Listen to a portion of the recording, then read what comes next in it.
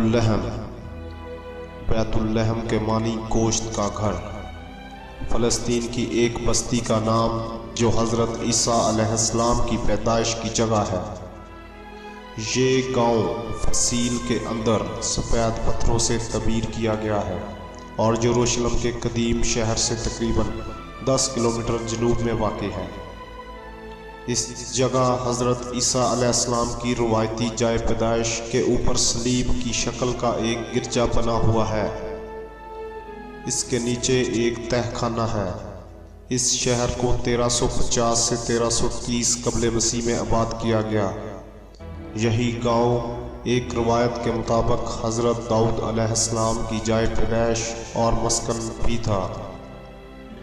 ये शहर मुसलमानों ने हज़रत उमर फ़ारूक रज़ी अल्लाह ताला अन्हु के दौर में 630 सने ईस्वी में फ़तह किया, जो 1099 सने ईस्वी तक मुसलमानों के कब्ज़े में ही रहा।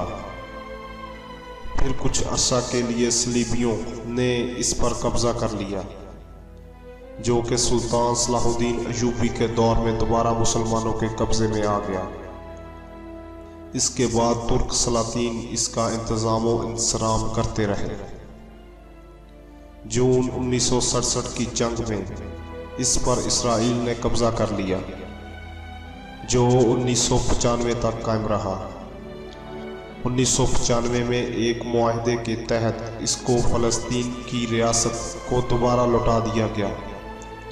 बस्ती के रहने वाले ज़्यादातर लोग मुसलमान हैं, लेकिन ईसाइयों की भी अच्छी खासी तादाद यहाँ मौजूद है, जिनकी आमदन का बड़ा ज़रिया यहाँ ज़ायरीन की आमद ही से जुड़ा हुआ है।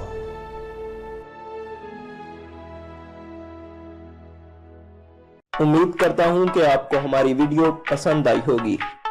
तो दोस्तों, इस वीडियो को लाइक, शेयर और चैनल को सब्सक्राइब करना मत भूलें। शुक्रिया।